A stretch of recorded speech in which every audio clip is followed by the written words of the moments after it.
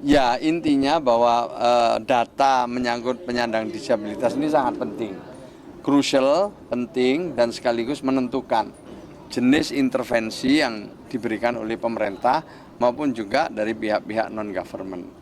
Maka dalam satu tahun terakhir ini kita sesuai arahan Bapak Presiden, kita konsolidasi data. Nah, alhamdulillah setelah kita konsolidasi datanya udah mulai kita temukan juga meskipun belum sempurna ya kan, data-data seluruh penyandang disabilitas dari berbagai ragam yang jumlahnya 15 juta lebih. 4 juta lebih diantaranya adalah disabilitas sensorik mata ya, netra. Jadi ini udah kita lihat. Nah, dari 4 juta ini kita sedang dalemin bersama-sama, kita sudah lakukan verifikasi dan validasi. Nanti kita tunggu hasilnya, mana yang di desil 1, desil 2 sampai desil 10. Karena mereka ini juga banyak yang sudah punya usaha sukses, tapi banyak juga yang masih memerlukan perlindungan dan jaminan sosial dari pemerintah.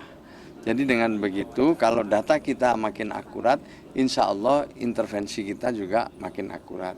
Ada juga yang masih usia sekolah, bagaimana mereka memperoleh pendidikan yang baik dengan lingkungan yang berkualitas.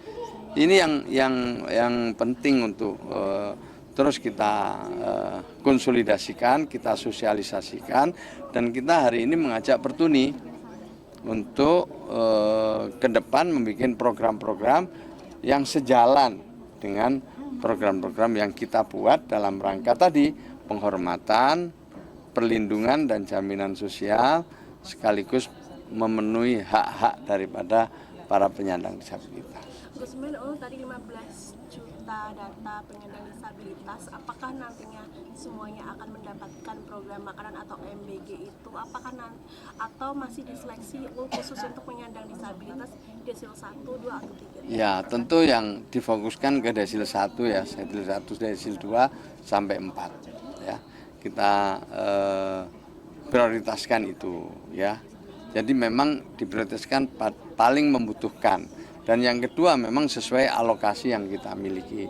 Kita kan baru memiliki alokasi sekitar 35.000 penyandang disabilitas yang memperoleh dukungan untuk mendapatkan makan bergizi gratis khusus penyandang disabilitas. Untuk sekolah rakyat yang untuk yang disabilitas gimana? Ya udah sebagian bergabung di sana.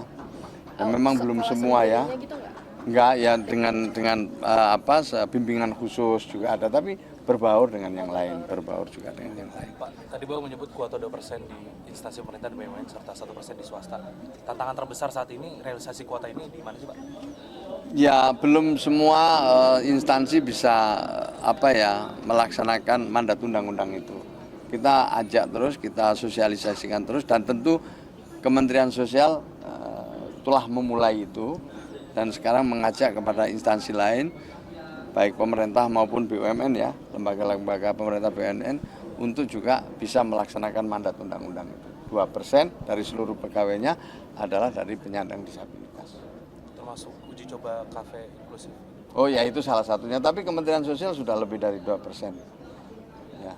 Penyaluran yang bulan Februari itu bansos dan PKH. Gimana? Buat penyaluran bansos bulan Februari ya. Ya, jadi bansos reguler itu termasuk di dalamnya adalah penyandang disabilitas dan lansia. Sudah ada di dalam itu. Nah, untuk penyalurannya kita sekarang lagi konsolidasi, data sudah kita terima dari BPS. Jadi perlu saya sampaikan bahwa setiap kita mau menyalurkan, kita terlebih dulu mendapatkan data mutakhir dari BPS sebagai hasil dari masukan daerah dan juga dari masukan masyarakat, diverifikasi, divalidasi, setelah itu ditetapkan desilnya oleh BPS, lalu kita jadikan pedoman untuk menyalurkan bansos. Nah, data sudah kami terima, biasanya kita terima di setiap tanggal 20 ya, 20 Januari dalam hal ini sudah kita terima. Sekarang dalam proses pencairan atau penyaluran. Diawali dengan pengajuan ke Kementerian Keuangan, terus nanti diteruskan ke bank penyalur atau PT Pos Indonesia. Setelah itu baru disalurkan ke penerima manfaat. Untuk sekarang 18 juta KPM, baik itu PKH maupun juga sembako. Enggak ya, untuk alokasinya 18 juta. Sejumlah deh. 18 juta KPM ya, keluarga penerima manfaat. Oh iya. Setiap ada bencana, Kementerian Sosial bekerja sama dengan BPND, BNPB dan juga pemerintah daerah memberikan dukungan logistik untuk keperluan di pengungsian maupun juga pembuatan dapur umum. Setelah itu ya seperti program-program berikutnya kita akan memberikan santunan kepada yang meninggal, juga kepada yang luka-luka berat gitu ya. Kemudian nanti ada dukungan-dukungan lain dari pemerintah ya, bagaimana memperbaiki rumah yang rusak dan lain sebagainya. Tapi yang dari Kementerian Sosial adalah berupa bantuan-bantuan sosial adaptif atau bansos adaptif. Ya tentu pada tahap pertama masa-masa kedaruratan ini ya langsung otomatis. Kita punya gudang-gudang di daerah, setiap ada bencana kita turun bersama Tagana, ya nanti kerjasama dengan Dinsos daerah.